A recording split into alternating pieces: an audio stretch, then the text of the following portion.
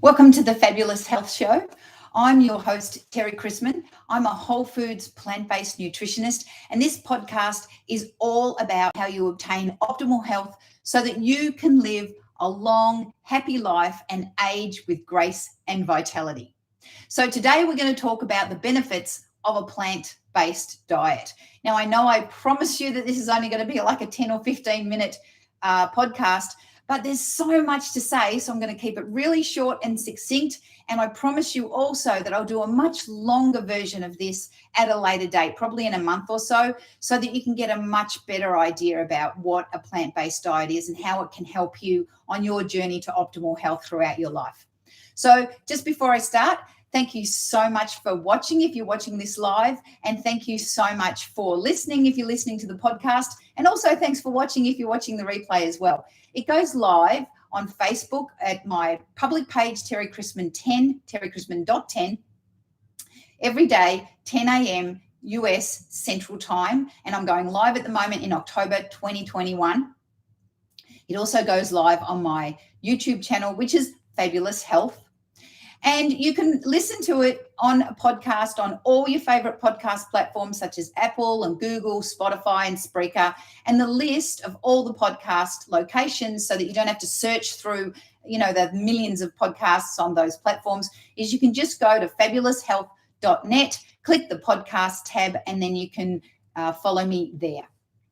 So let's begin. Let's talk about a plant-based diet. Why would we want to eat a plant-based diet?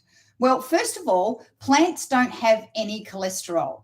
And you probably are aware that cholesterol is a problem in most Western countries. Cholesterol is the fatty deposits that build up in your arteries, and they cause things like atherosclerosis and heart disease, stroke, and also Alzheimer's. So if you're not ingesting the cholesterol, you only have the cholesterol that your body normally makes. When you eat animal products, you're ingesting extra cholesterol, extra saturated fat, and that is the cause of all those atherosclerotic plaques, all those blood clots, and that's why people have heart disease, heart attacks, and strokes. So plants, zero cholesterol, which is absolutely fantastic. And in fact, a whole bunch of plants are actually anti-atherosclerotic.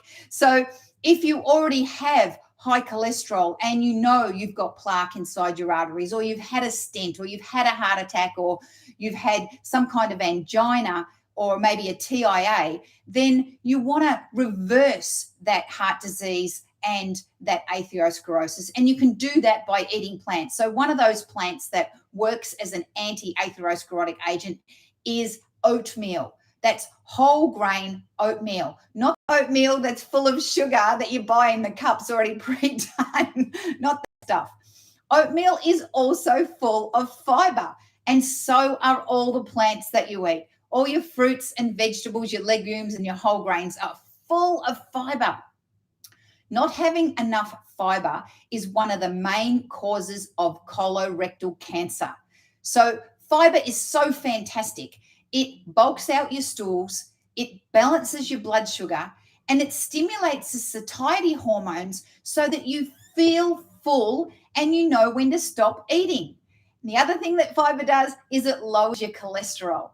So there are enzymes in the gut that break down the fiber into these little dudes called short-chain fatty acids.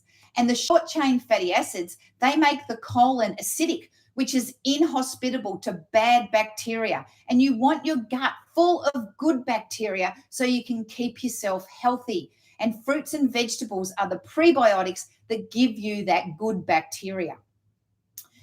Also, the good bacteria and the fiber suppress inflammatory microbes.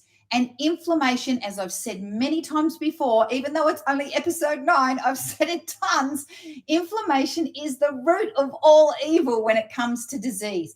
If you have chronic inflammation, you are at so much more risk of all those life diseases, such as metabolic syndrome and diabetes, heart disease, cardiovascular.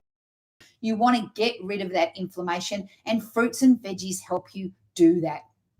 So the more fiber you eat, the healthier your gut, the healthier your body. So let's talk about fruits and veggies.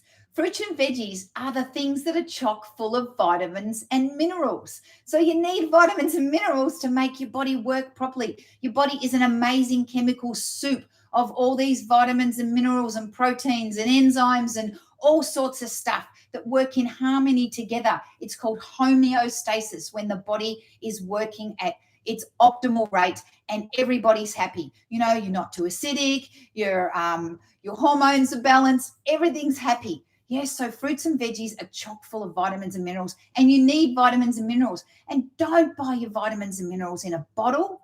Get them from whole foods, because your vitamins come attached to all these magnificent phytonutrients. And phytonutrients basically mean nutrients that come from plants in addition to the vitamins and minerals.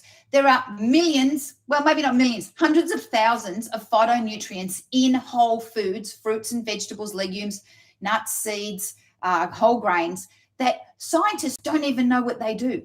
But what they do know is that they work in synergy together to give you optimal health. And once you take those vitamins and minerals out of the whole food and squash them up into a pill and shove them in a bottle, you miss out on that beautiful synergistic effect of having all of the phytonutrients together to work in harmony with your body. So eat the fruits and veggies. And fruits and veggies are also full of antioxidants. And antioxidants are anti-cancer. So what happens with cancer? This is like the very basic 25 words or less. How is cancer made? Yeah. Every day, your body replaces its DNA, and it replicates its DNA. I should say, not replaces, replicates its DNA. And every time it replicates its DNA, there are mistakes made. Your body's not perfect. It makes these mistakes. And then these fantastic antioxidant molecules called RNA, they come to the rescue. They check out the mistake in the DNA, they rectify it, and then they let the DNA replicate itself again. So your body is continually changing every single minute and making mistakes. So what happens is, if you don't eat enough antioxidants, i.e. you don't eat enough fruits and vegetables high in antioxidants, and those are things like wolfberries and blueberries and dark leafy greens and all those beautiful, colorful vegetables. The more colorful they are, the more antioxidants they have. If you don't eat enough of those, then there's not enough RNA to come and fix the damage. Now, a DNA strand that has damage on it will replicate the damage. And when it replicates the damage enough times, it becomes mutant. And a mutant DNA turns into a mutant, makes mutant cells. And those mutant cells, they don't die. Most cells in the body have this thing called apoptosis, which means it's cell death. So a cell has a lifetime, and it could be 2 days, it could be 2 months, depending on the cell, doesn't really matter. And cells are programmed to die once they've done their useful thing. Then they get recycled into the body and made into new different parts of the body. So that's just the way the body works. And I'm not really going to go into the science of it, but I'm just trying to give you the 25 words or less version, which I'm not doing a great job of because I get waylaid. But if the cells don't die and they replicate, but they're mutant, hello, that is cancer. Cells that do not die, that continue to grow, are cancer. That's what it is. So instead of treating the cancer with outside forces, why don't we stop the cancer in the first place? So why don't we eat more antioxidants so that we don't form the cancer in the first place? The same with colon cancer. It is formed because there's not enough good bacteria in the colon, and there are too much bad bacteria in the colon. So we need to reverse that so that we have a healthy gut, so that we don't run the risk of getting polyps and whatnot in our colon, which can turn into cancer over long periods of time. Get yourself healthy before you have the signs. If you have the signs of precancerous polyps or you have cancer, it's been going on for years. It didn't happen yesterday. It wasn't a mistake that you got cancer. It wasn't your genes. So that's another story. I know I'm going to get a lot of people that are going to call me up and say, hang on a minute, I've got cancer in my family. Yes, we can discuss that at a later date. And in fact, I'll write that down and I'll do a much longer podcast on that. But your genes will either turn on and off. And if you're eating a healthy diet and you're living a healthy life, you are less likely for those cancer-forming genes to turn on than if you're if you're an unhealthy person. So we'll move on from that. Okay, the other thing about whole foods made from plants, they're really low in calories. So you can eat a lot of food and not put on weight, or you can eat a lot of food and lose weight.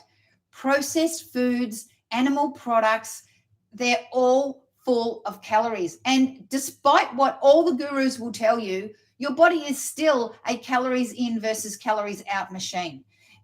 It's more complex than that. And again, I'll do another podcast on that. But you can't eat more than you use and not put on weight. You just will. You put on weight. So why not eat lots and lots of food? Because I like food. Do you like food? I bet you like food.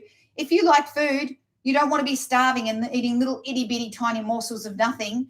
You want to be eating lots of food to keep you satiated and make you happy and make you healthy than eating itty bitty little bits of stuff that you don't really like, and then you feel like you're being deprived. So whole plant foods can allow you to do that. All right, so let's talk about animal products. I'm a whole food plant-based nutrition. So I am against animal products for many, many different reasons. Meat and animal products are full of hormones, fat, and chemicals from the feed that they eat.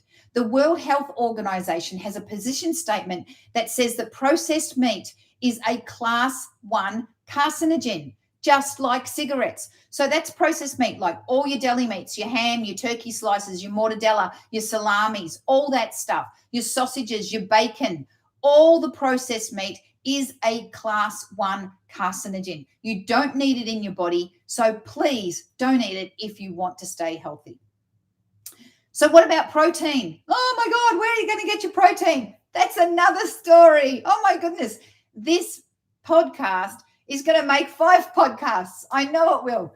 Let me tell you, there are protein in all plant foods, tons of it, in fact, and you can get adequate protein from a well-balanced plant food, whole food, plant-based diet. Let me tell you, my favorite little fact is that broccoli has more protein than steak, calorie for calorie. So figure that one out. Okay, let's look at dairy products. A lot of people say, look, I could go vegetarian, but I could never go vegan because I can't give up my cheese.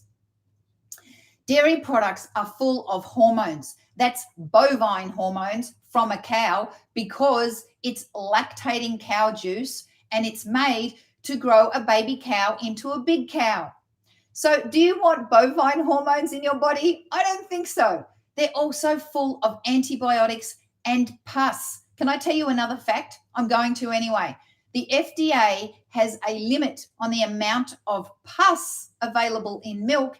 And guess what? It's 750 million, million pus cells per litre. So enjoy that cup of pus with your morning coffee. Oh, it's disgusting. Milk and dairy products are also full of medications because your cows, they're not Daisy the cow just hanging out in the pasture like she was 100 years ago, happy jumping around the bunny rabbits. It's not like that anymore. Factory farming is very, very stressful for the cows, and they're always sick and they spread disease amongst each other and they're always on medications. It's just normal. Now, cheese is worse than milk because guess what they do to the cheese to make it into cheese? They take all those chemicals in the milk and then they suck all the water out of it so that it becomes hard and cheesy. And so what are you left with? You're left with a concentration of all those chemicals, all those hormones, all those antibiotics, all that pus. So cheese is not good for you. So it is Breast Cancer Month here in America and all over the world, I think. October is Breast Cancer Month. And a 2017 study funded by the National Cancer Institute found that those women who ate more cream cheese or cheddar than those who didn't had a 53% higher risk of breast cancer because cheese contains the reproductive hormones that contribute to breast cancer. So another reason to eat a whole foods plant-based diet.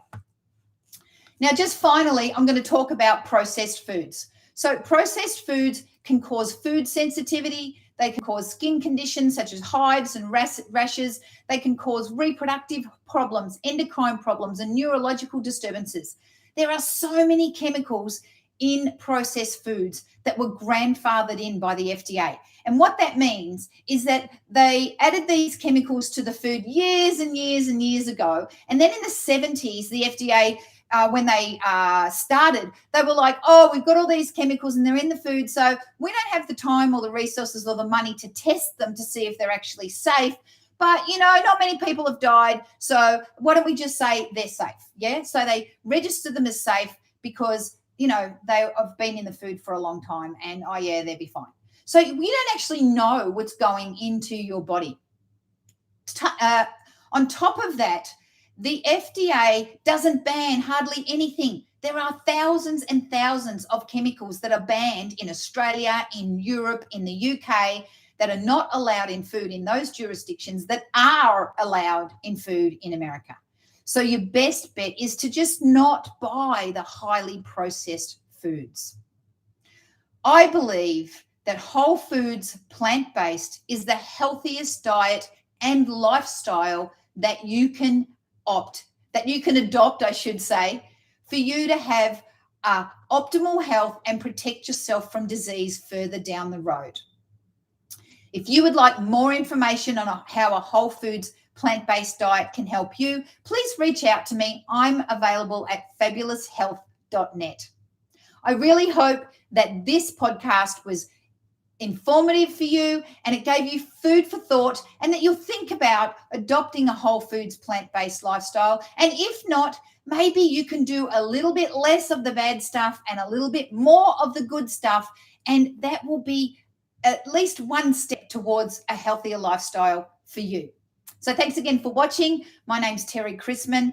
This is the Fabulous Health Show. Thank you so much to the people that have already subscribed. Mwah! I really, really appreciate you. I will see you tomorrow, same time, and you guys have a fabulous day.